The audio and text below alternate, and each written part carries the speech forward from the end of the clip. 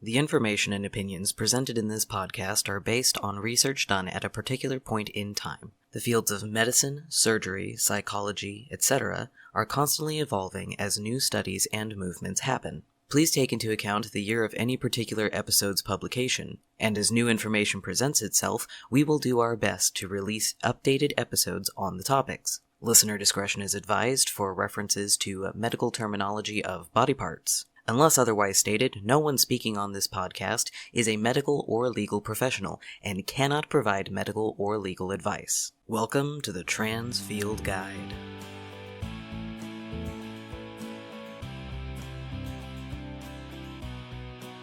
In preparation for National Coming Out Day on October 11th, we will be presenting a collection of coming out stories from various people in the community. Please take this opportunity to learn from the experiences of others. Thank you. So it only makes sense that I also give my coming out story. Like a lot of other trans individuals, I have multiple times where I had to come out. I first came out as bi-curious when I was in high school, to all of my friends looking at me and going, well, duh.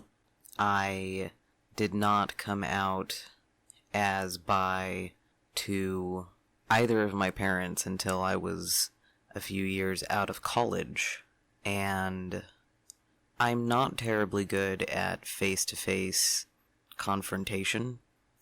I do have quite a bit of anxiety, which I know sounds a little odd considering the fact that I have a podcast.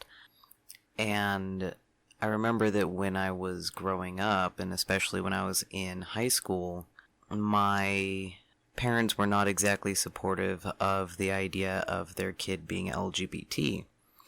And that was one of the bigger things that really made me put off coming out in general, because I didn't want to hurt my parents.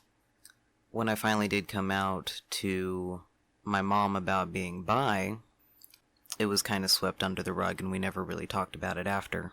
From the time that I learned that such a thing as trans men really existed and was an option, which wasn't until I was really in college, I spent 10 years putting it off. Every time that I would have really bad dysphoria, every time that I would have really bad depression, or be really thinking about my dislike of the gender I was assigned at birth, I would just do research.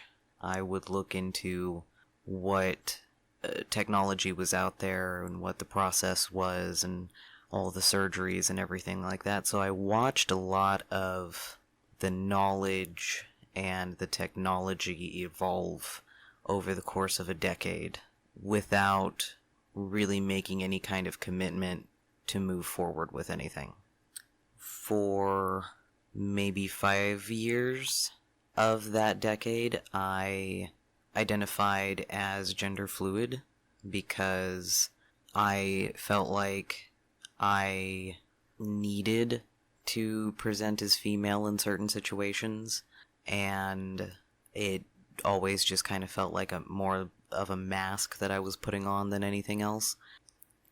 And even when I started going to therapy for the trauma that I had been through, I had secretly hoped that if I worked through the trauma, then I would suddenly become okay with my gender and that everything would be peachy keen and I wouldn't have to move forward with anything because it would just turn out, oh, I'm just crazy, and now I fix the crazy.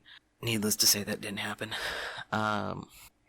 So when I finally came out to my parents, which I would consider to be one of the biggest, scariest coming outs that I did when I was coming out as trans to people, I was already 5 months on testosterone.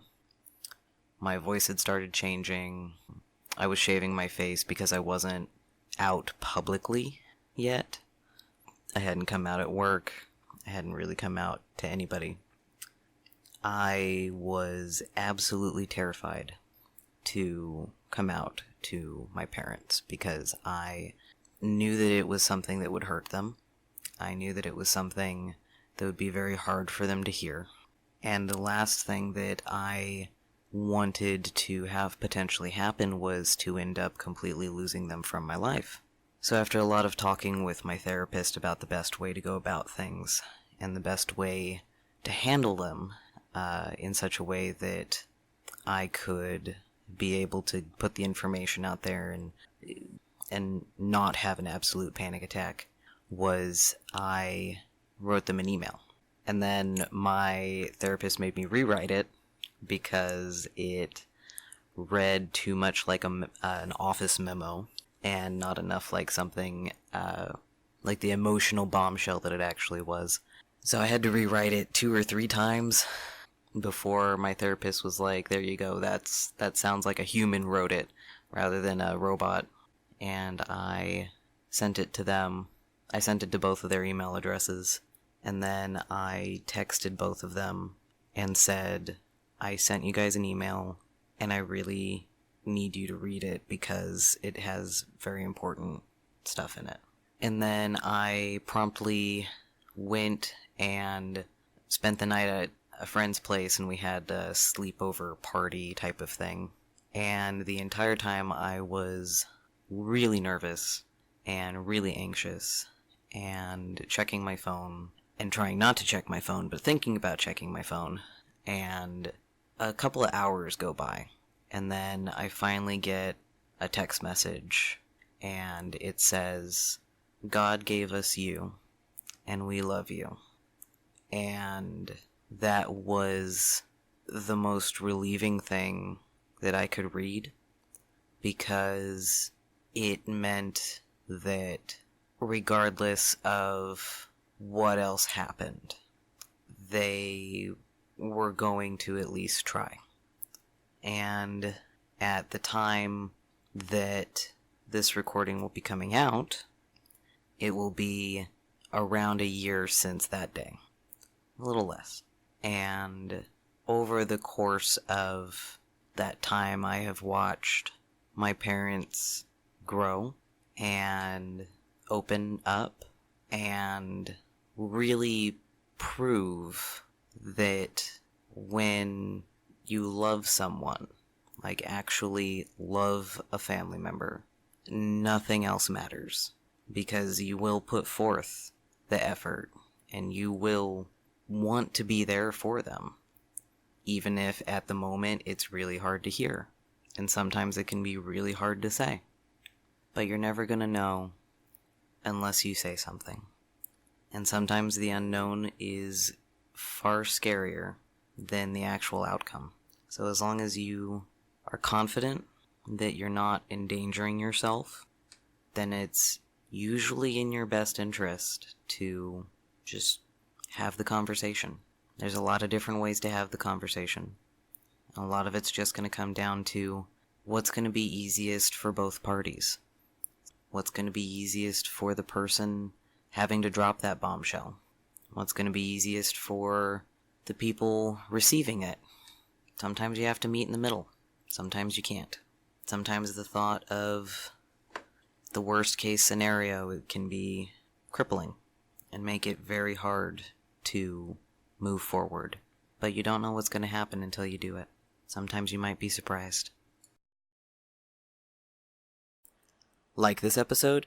Tell someone about it. Resources referenced in this episode can be found in the show notes at transfieldguide.com. Stay safe, and remember that I'm proud of you.